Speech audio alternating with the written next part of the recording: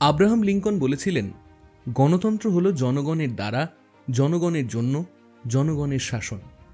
আর John F Kennedy বলেছিলেন, গণতন্ত্র কখনো ব্যর্থ হয় না, এটি অসফল হয় যখন আমরা আমাদের দায়িত্ব পালন করতে ব্যর্থ হই।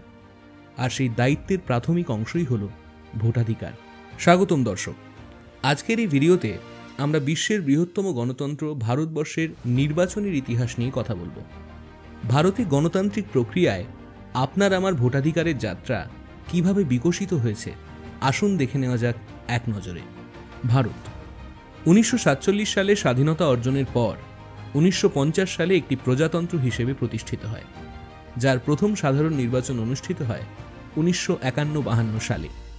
এই নির্বাচনে প্রায় 80টি রাজনৈতিক দল এবং 1874 জন প্রার্থী অংশ নেন। এই নির্বাচনে ভোট দেন প্রায় 17,30,00,000 মানুষ। ভারতীয় জাতীয় কংগ্রেস মোট 45% ভোট ও 364টি আসন অর্জন করে এই নির্বাচনে জয়ী হয়। এছাড়াও এই নির্বাচনে প্রতিদ্বন্দ্বিতা করে সমাজবাদী পার্টি, কমিউনিস্ট পার্টি সহ বেশ কিছু ছোট দল। ভারতের নির্বাচন পরিচালনার দায়িত্বে রয়েছে নির্বাচন কমিশন, যা প্রতিষ্ঠিত হয় 1950 সালে। নির্বাচন কমিশন একটি স্বাধীন সংস্থা যা নির্বাচনী প্রক্রিয়া নিয়ন্ত্রণ ও পরিচালনা করে। ভারতে সাধারণত প্রতি 5 বছর অন্তর সাধারণ নির্বাচন অনুষ্ঠিত হয়। একাধিক দফায় অনুষ্ঠিত এই প্রক্রিয়ায় ভারতের আইনসভা নিম্নকক্ষ অর্থাৎ লোকসভার সদস্যদের নির্বাচিত করা হয়। ভারতে 2000 সালের পর থেকে পুরনো ব্যালট বাক্সের পরিবর্তে শুরু হয় ইলেকট্রনিক ভোটিং মেশিন বা ইভিএম এর ব্যবহার। 2004 সালের সাধারণ নির্বাচন ছিল ইভিএম ব্যবহারের প্রথম বড় পরীক্ষা। সাম্প্রতিক বছরগুলিতে ইভিএম এর সঙ্গে সংযোজিত হয়েছে voter verifiable paper audit trail বা ভিভিপ্যাট প্রযুক্তি, যা ভোটারদের তাদের ভোট সঠিকভাবে গৃহীত হয়েছে কিনা তা নিশ্চিত করতে সাহায্য করে। 2019 সালের নির্বাচনে এই ভিভিপ্যাটের ব্যবহার ব্যাপকভাবে লক্ষ্য করা যায়। ভারতের নির্বাচনের ইতিহাসে অনেক গুরুত্বপূর্ণ মুহূর্ত রয়েছে, যেমন 1977 সালে জরুরি অবস্থা পরবর্তী সময়ে ইন্দিরা গান্ধী ও ভারতীয় জাতীয় কংগ্রেসের প্রথমবার পরাজিত হওয়া এবং জনতা পার্টির প্রথমবার ক্ষমতায় আসা। এছাড়া 1984 সালে নির্বাচন, ইন্দিরা গান্ধীর মৃত্যুর পর কংগ্রেস 414টি আসন নিয়ে বিপুল বিজয় অর্জন করে। 1991 সালে আবার রাজীব গান্ধীর হত্যার পর কংগ্রেস ফের ক্ষমতায় আসে।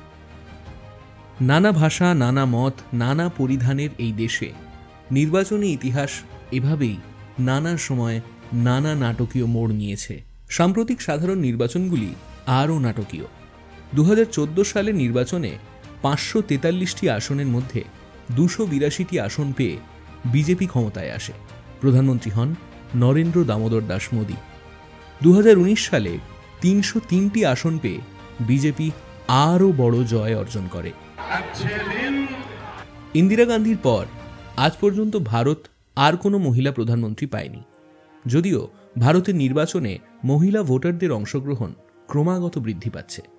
2014 সালের নির্বাচনে মহিলা ভোটারের সংখ্যা ছিল 65.30%, আর 2019 সালের নির্বাচনে মোট মহিলা ভোটারের সংখ্যা ছিল 67.18%, যা পুরুষ ভোটারের সংখ্যার চেয়ে বেশি।